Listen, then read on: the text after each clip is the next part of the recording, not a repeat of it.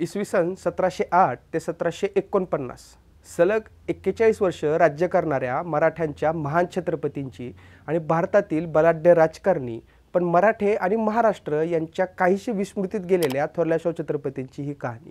साताऱ्यामध्ये बसून ज्यांनी संपूर्ण हिंदुस्थानाचा कारभार चालवला, मराठ्यांना भारतातील सर्वात प्रबळ सत्ताधीश म्हणून ज्यांनी प्रस्थापित केलं, त्या थोरल्या शाहू छत्रपतींचा हा इतिहास आहे।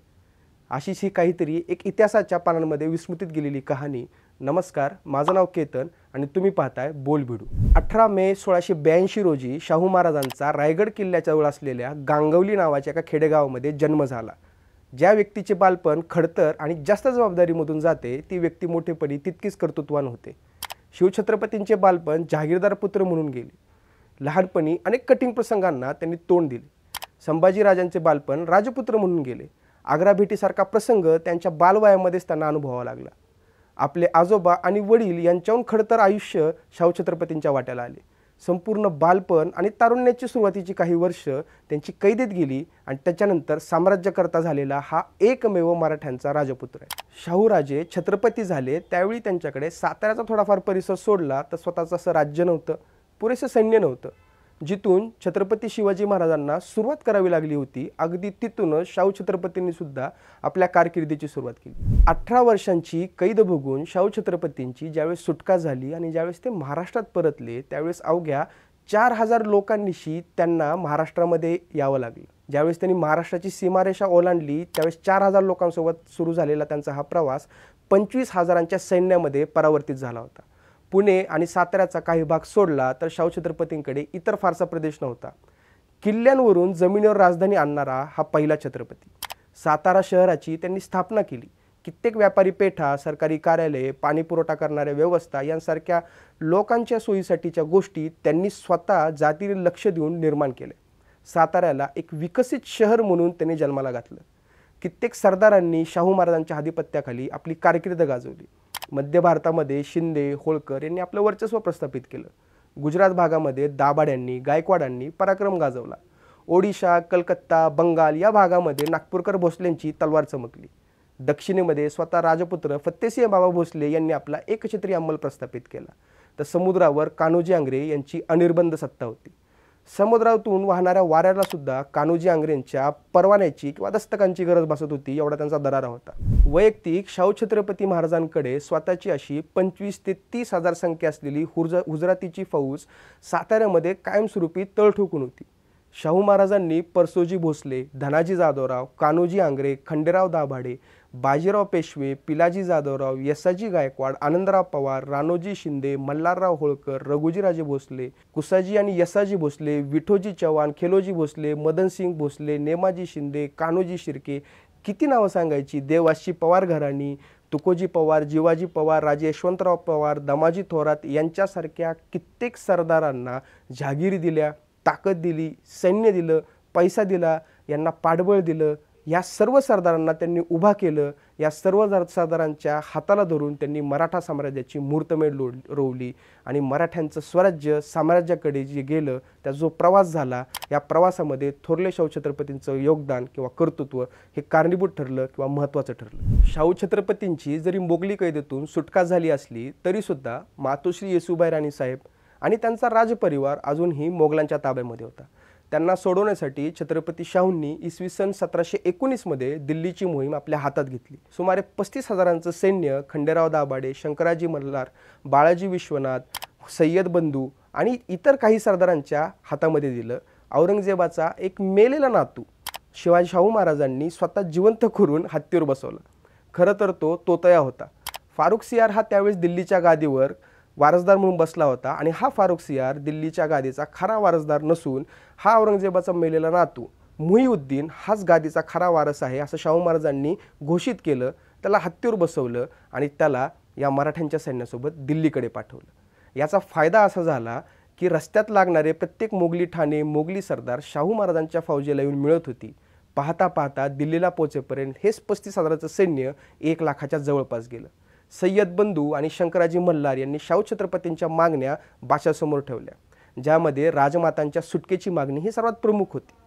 फारुखसियारने या सर्व मागण्या धुडकावून लावल्या। याचा परिणाम असा झाला की रात्रीच्या वेळेस सय्यद बंधूंनी बादशहाला शयनकक्षातून खेचत दरबारामध्ये आणलं, त्याचे डोळे फोडले, त्याला कैदेत टाकलं आणि नंतर सय्यद बंधूंनी काही लोकांमार्फत त्याचा खून केला. शाहू छत्रपतींनी एक प्रकारे आपल्या पित्याची झालेल्या हत्येचा घेतलेला हा बदला होता. मोहम्मद शाह नावाचा एक बादशाह शाहू महाराजांनी आपल्या गादीवर बसवला, त्याच्याकडून हव्या तेवढ्या अटींची पूर्तता केली. शाहू छत्रपतींचं सैन्य महागारी साताऱ्याकडे वळलं. त्यावेळेस त्यांच्यासोबत येसुबाई राणी साहेब आणि त्यांचा राजपरिवार होता. मराठ्यांनी फार थोड्या काळामध्ये संपूर्ण हिंदुस्थानात आपली वचक निर्माण केली आणि थोरले शाहू छत्रपती याचे प्रेरणास्रोत होते.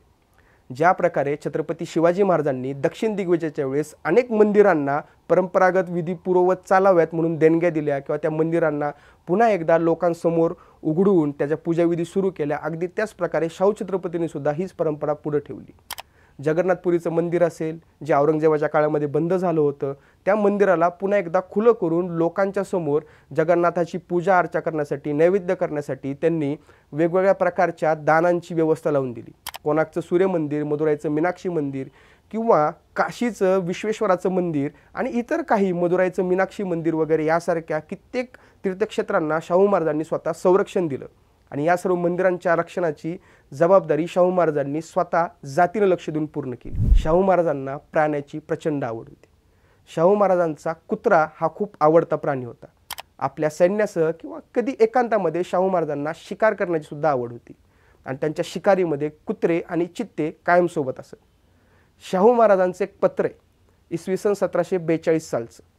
शाहू महाराजांनी पाळलेल्या 14 कुत्र्यांच्या नावांची यादी याच्यामध्ये मिळते. बसंत, बंता, मिठू ही शाहू महाराजांची कुत्तेवान होती, तर हिरा, पश्मी ही शाहू महाराजांच्या कुत्र्यांची नावं होती. खंड्या नावाचा शाहू महाराजांचा सर्वात लाडका कुत्रा होता. त्याची समाधीसुद्धा शाहू महाराजांनी संगम माहुली येथे, जो छत्रपतींचा स्मशानभूमीचा जो परिसर आहे त्याच्यामध्ये या खंड्या कुत्र्याची समाधी आपल्याला आजही बघायला मिळते. या खंड्या कुत्र्याला शाहू महाराजांनी आपल्या जवाहीरखान्यामध्ये असलेलं सगळं सोनं घालून एके दिवशी दरबारामध्ये आपल्या एका सरदाराचा गर्वहरण करण्यासाठी, त्याचा पाणउतारा करण्यासाठी म्हणून पाठवलं होतं.